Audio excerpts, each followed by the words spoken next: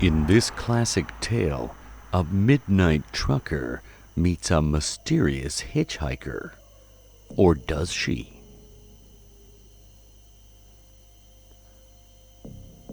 A lady trucker was traveling down older roads very late one night.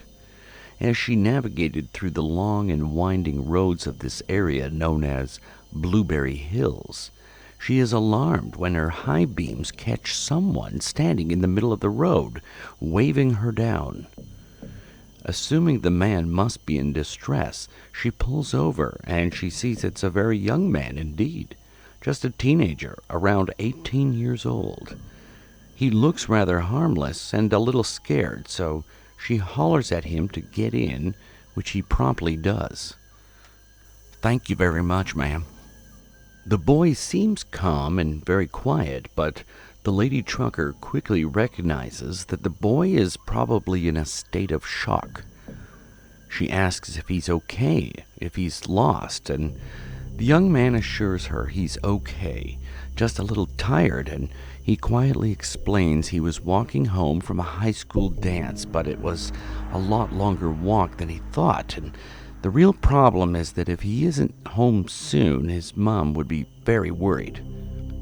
"Okay, boy, let's get you home," she said in a cheery tone, trying to soften the mood. "Margaret Willis is my name, but you can just call me Marge. Large Marge. What's yours?" "Nice to meet you, ma'am. I'm Ronald, but you can call me Ronnie." Marge and the young man trucked off into the night.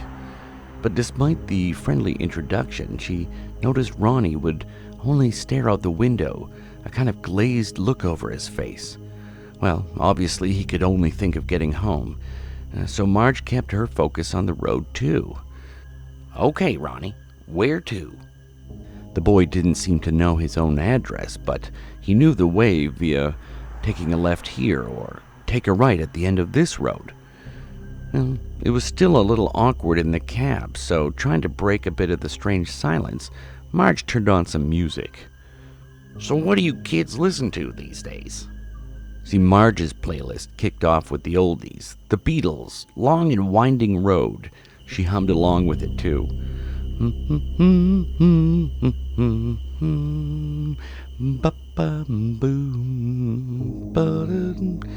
This actually broke Ronnie's hypnotic stare out the windshield for a moment.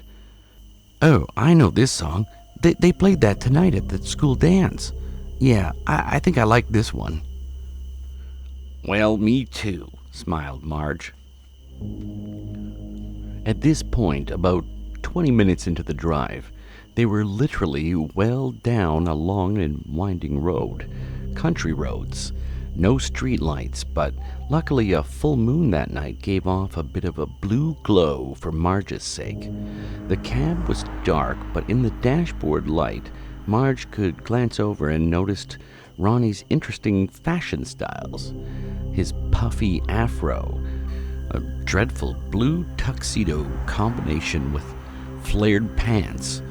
Marge remembered them being called bell bottoms, and he was even wearing these big high-heel shoes. Marge thought to herself, well, that's fashion for you. Whatever goes out of style eventually comes back in style, even if it is in some hipster, ironic kind of way. Even the name Ronald seems to have made a comeback too, she supposed. Finally, taking turns down road after country road, they arrive. "Here, that's my house," says Ronnie, showing some excitement for the first time. Marge can barely make out a very old and rather large home up on a hill. It's at the end of a long gravel driveway. "Okay, kiddo, I'm parking right here, and you can run up the driveway and tell your mom you're okay." But the truck had just barely come to a standing stop, and Ronnie had already leapt out, leaving her with a "thank you, ma'am," before running up the dark driveway. Marge sees it's nearing 3 a.m., but before she puts the truck back into gear to get back to her original route, a few flashing thoughts come to her mind, like some parents might just get upset about who exactly drove their young son home so late at night, These days, a young man alone in Big Marge's truck could be asking for a lawsuit, and another question might be why Ronnie didn't have a phone, and he didn't ask to use hers either. It's maybe a little too much. She needs to go and introduce herself to the mom, make sure everything is all right. Marge makes her way up the driveway and soon understands why Ronnie had no car or phone. The property looked run down. Not a vehicle to be seen, not even a bicycle in the yard.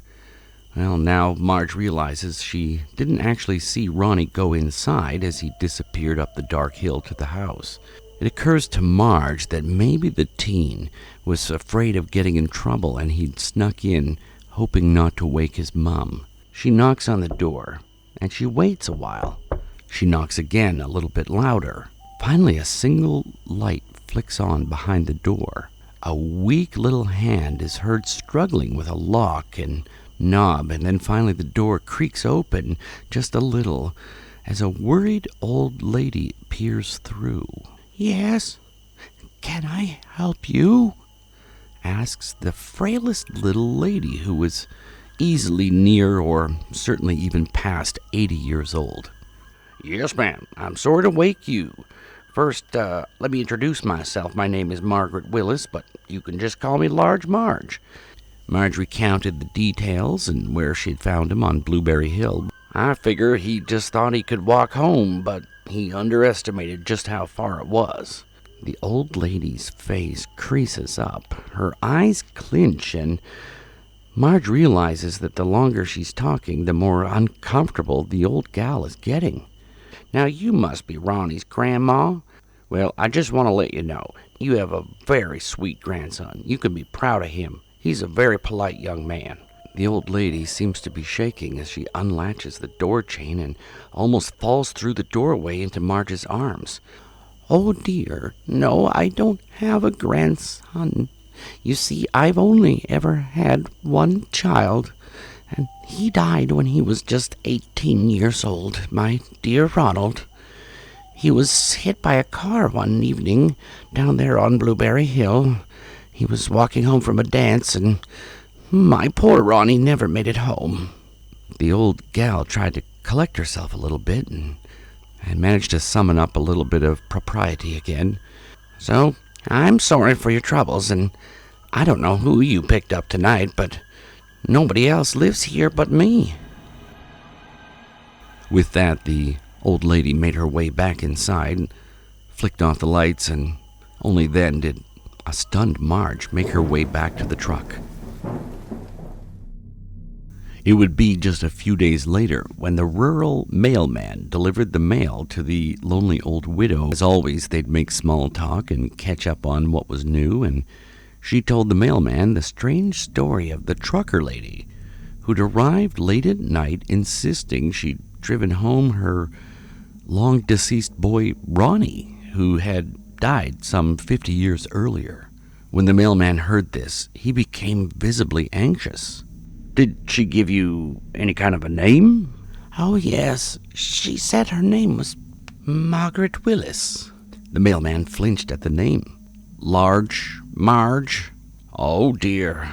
How can I tell you this, but, that's Margaret Willis, a.k.a. Large Marge. That's the lady who hit your son, Ronnie." "Oh, no. This lady wasn't a day past 40 years old." "Yes, and neither was Large Marge when, after learning the boy was dead, drove herself and her truck right off the Blueberry Hill cliff, killing herself in the process."